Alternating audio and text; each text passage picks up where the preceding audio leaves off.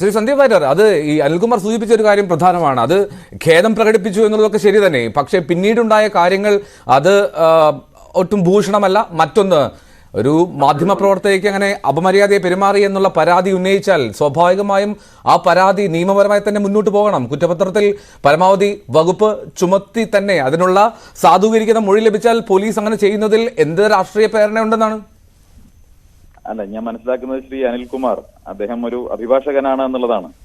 ഞാൻ അദ്ദേഹത്തിന്റെ കക്ഷികളുടെ അവസ്ഥയെ ഓർത്ത് സഹതപിക്കുകയാണ്. കാരണം അദ്ദേഹം പറഞ്ഞത് ഇന്ത്യൻ നീതിന്യായ വ്യവസ്ഥയിൽ ഒരു കേസ് ട്രയൽ ചെയ്യുന്ന സമയത്ത് ആ കേസിൽ പ്രതി ചേർക്കപ്പെട്ടയാളുടെ പൂർവ്വ ചരിത്രം പരിശോധിക്കപ്പെടില്ല എന്നുള്ളതാണ്. അങ്ങനെയല്ല, ഒരു പ്രതി ചേർക്കപ്പെടുന്നയാളുടെ പൂർവ്വ പശ്ചാത്തലം, അത്തരത്തിൽ കുറ്റകൃത്യങ്ങൾ ചെയ്ത പശ്ചാത്തലം ഉണ്ടോ എന്നുള്ളത് തീർച്ചയായും ഒരു കേസിന്റെ ട്രയൽ നടക്കുമ്പോൾ അവിടുത്തെ പ്രധാനപ്പെട്ട ഒരു ആർഗ്യുമെന്റ് പോയിന്റ് തന്നെയാണ്. അങ്ങനെയല്ല എന്നാണ് അദ്ദേഹം പറയുന്നതെങ്കിൽ അദ്ദേഹം ഒരു പരാജയപ്പെട്ട അഭിഭാഷകനാണെന്ന് എനിക്ക് പറയേണ്ട. ഒന്ന്.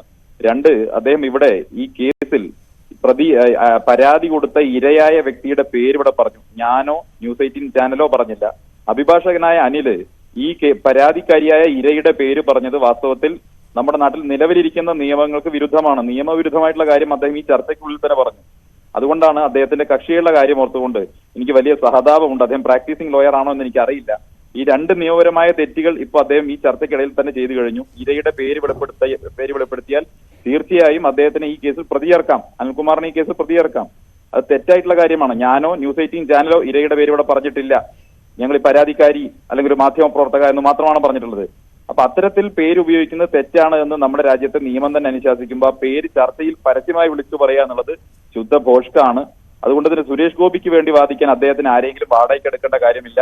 അദ്ദേഹം ഹൃദയത്തിൽ അദ്ദേഹത്തിന്റെ പ്രവൃത്തി കൊണ്ട് അദ്ദേഹം നിരവധി ലക്ഷക്കണക്കിന് വരുന്ന പാവപ്പെട്ട മനുഷ്യരെ ഹൃദയത്തിൽ സ്ഥാനം പിടിച്ചിട്ടുണ്ട്. അവരാണ് സുരേഷ് ഗോപിക്ക് വേണ്ടി വാദിക്കുന്നത്. അവരുടെ വായ അല്ലെങ്കിൽ അവരുടെ നാവ് വാടകയ്ക്ക് എടുക്കേണ്ട കാര്യമില്ല. അവരെല്ലാവരും തന്നെ സുരേഷ് ഗോപിയെ സ്നേഹിക്കുന്നു. അദ്ദേഹത്തിന്റെ രാഷ്ട്രീയ പ്രവർത്തനം കൊണ്ടല്ല അദ്ദേഹത്തെ സ്നേഹിക്കുന്നത്. അദ്ദേഹം നാട്ടിലെ ജനങ്ങൾക്ക് ചെയ്തിട്ട് സേവന പ്രവർത്തനങ്ങളുടെ പേരിൽ സ്വന്തം പോക്കറ്റിൽ നിന്ന് പണം എടുത്തുകൊണ്ട് നാട്ടിൽ നടത്തുന്ന സാമൂഹ്യ ക്ഷേമ പ്രവർത്തനങ്ങളുടെ പേരിൽ ജനങ്ങൾ അദ്ദേഹത്തെ സ്നേഹിക്കുന്നുണ്ട്. നമ്മുടെ പരമ്പരാഗത രാഷ്ട്രീയക്കാരുടെ കണ്ണും കാതും എത്താത്ത സ്ഥലങ്ങളിൽ മുഴുവൻ അദ്ദേഹത്തിന്റെ കണ്ണും കാതും എത്തുകയും അവിടെയെല്ലാം സഹായം എത്തിക്കാൻ വേണ്ടി അദ്ദേഹത്തെ കൊണ്ട് കഴിയുന്ന കാര്യങ്ങൾ ചെയ്യുകയും ചെയ്തിട്ടുണ്ട്. ഈ CPM ഭരിക്കുമ്പോൾ തന്നെ അദ്ദേഹത്തിന്റെ സേവനങ്ങളെ അവർ ഉപയോഗപ്പെടുത്തിയിട്ടില്ലേ? അപ്പൊ എന്തിനാണ് അദ്ദേഹത്തെ ഇങ്ങനെ വേട്ടയാടുന്നത്? ഇവിടെ മറ്റൊരു കാര്യം കൂടി അദ്ദേഹം പറയുന്നത്, ഇവിടെ CPMന്റെ ഇവരെ പോലീസ് തന്നെയാണല്ലോ അദ്ദേഹത്തെ ഇനീഷ്യൽ സ്റ്റേജിൽ വിളിച്ചു വരുത്തി ചോദ്യം ചെയ്ത് പ്രത്യേകിച്ച് വകുപ്പൊന്നുമില്ല എന്ന് പറഞ്ഞ് വിട്ടയച്ചത്. അങ്ങനെയാണെങ്കിൽ എന്തേ അന്ന് കേസെടുത്ത് അകത്തിടായിരുന്നത്?